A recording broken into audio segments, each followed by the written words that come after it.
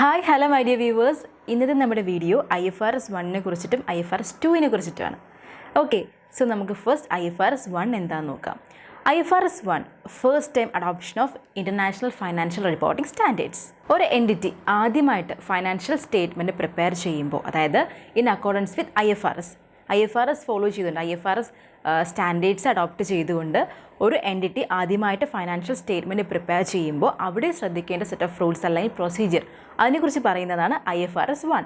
It sets out the procedure that an entity should follow when they adopt IFRS for the first time as the basis for preparing its general purpose financial statement, and it aims to ensure that an entity's first IFRS financial statement should contain high quality information.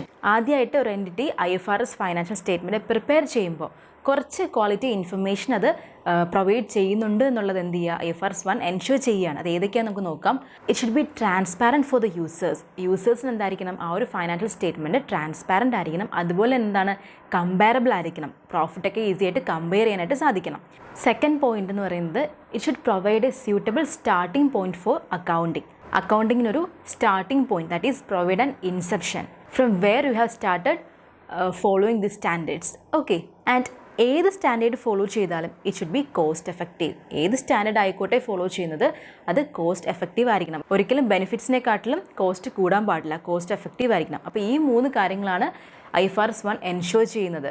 ആദ്യമായിട്ട് ഒരു entity IFRS financial statement prepare ചെയ്യുമ്പോൾ ശ്രദ്ധിക്കേണ്ട അല്ലെങ്കിൽ ensure ചെയ്യേണ്ട കുറച്ച് quality informations, that is transparent ആയിരിക്കണം, comparable ആയിരിക്കണം, profits ഒക്കെ കമ്പയറബിൾ ആയിരിക്കണം, കോസ്റ്റ് എഫക്റ്റീവ് ആയിരിക്കണം. ഓക്കെ, അപ്പോൾ ഇത്രയാണ് IFRS 1. വളരെ ചുരുക്കിയ രീതിയിൽ എന്താണ് IFRS 1 എന്നാണ് ഞാൻ പറയുന്നത്. നെക്സ്റ്റ് നമ്മൾ നോക്കാൻ പോകുന്നത് എന്താണ് IFRS 2. IFRS 2 share based payments. IFRS 2 was originally issued on February 2004 and first adopted to annual periods beginning on or after 1st January 2005. IFRS 2ൻ്റെ objective എന്ന് പറയുന്നത് to specify the financial reporting by an entity who undertakes a share based payment transaction. അതായത് ഒരു എൻറ്റിറ്റിയിൽ share based payment നടക്കുകയാണെന്നുണ്ടെങ്കിൽ അവിടെയാണ് IFRS 2 apply ചെയ്യുന്നത്. Share based payments requires an entity to recognize its share based payment transaction in its financial statement. It includes transaction with employees or other parties to be settled in cash or other asset or equity instruments of the entity. So share based payment transaction നടക്കുന്ന എൻറ്റിറ്റിയിലാണ് IFRS 2 apply ചെയ്യുന്നതെന്ന് പറഞ്ഞു. അപ്പോൾ എന്താണ് share based payment transaction? ഒരു entity സപ്ലൈയിൽ നിന്നോ അല്ലെങ്കിൽ എംപ്ലോയിയിൽ നിന്നോ goods or services receive ചെയ്യാണ്. അപ്പോൾ തിരികെ ഒരു എക്സ്ചേഞ്ച് പോലെ തിരികെ എന്താണ് പ്രൊവൈഡ് ചെയ്യുന്നത്?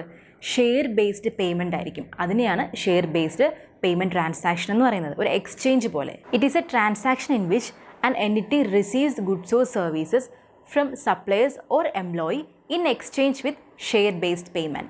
In this case, the entity should apply IFRS 2.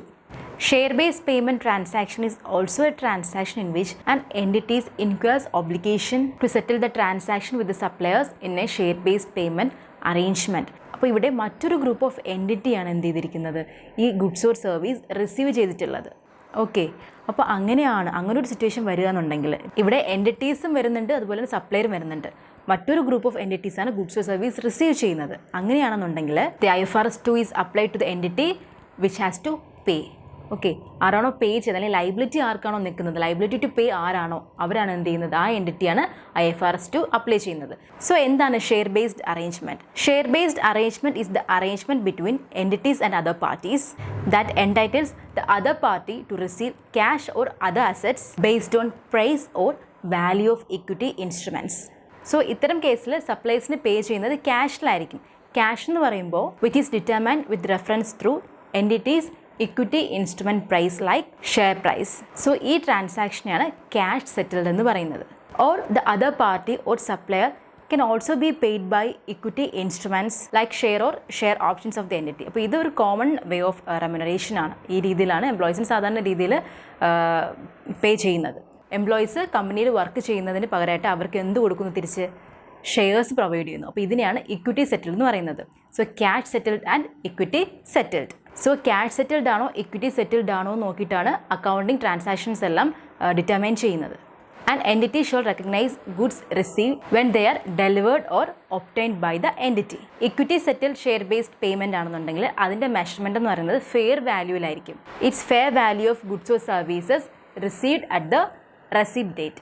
For cash settled share based payment transaction, the entity shall measure the goods or service acquired and the liability incurred at the fair value of the liability. അപ്പോൾ ഇത്രയാണ് IFRS 2 share based payment transaction നടക്കുന്ന എൻറ്റിറ്റിയിലാണ് IFRS 2 apply ചെയ്യുന്നത്. That is ഒരു entity goods or service receive ചെയ്യാണ്, employees അല്ലെങ്കിൽ സപ്ലയറിൻ്റെ കയ്യിൽ നിന്നും goods or service receive ചെയ്യാണ്.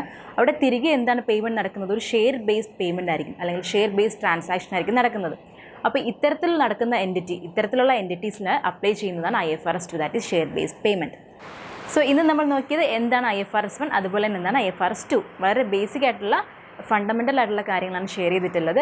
അപ്പോൾ ഈ വീഡിയോ നിങ്ങൾക്ക് ബെനിഫിഷ്യൽ ആയിട്ട് തോന്നിയിട്ടുണ്ടെങ്കിൽ please like, comment and share. Also make sure that you are a subscriber of my channel and press the bell icon to get notified. Thank U.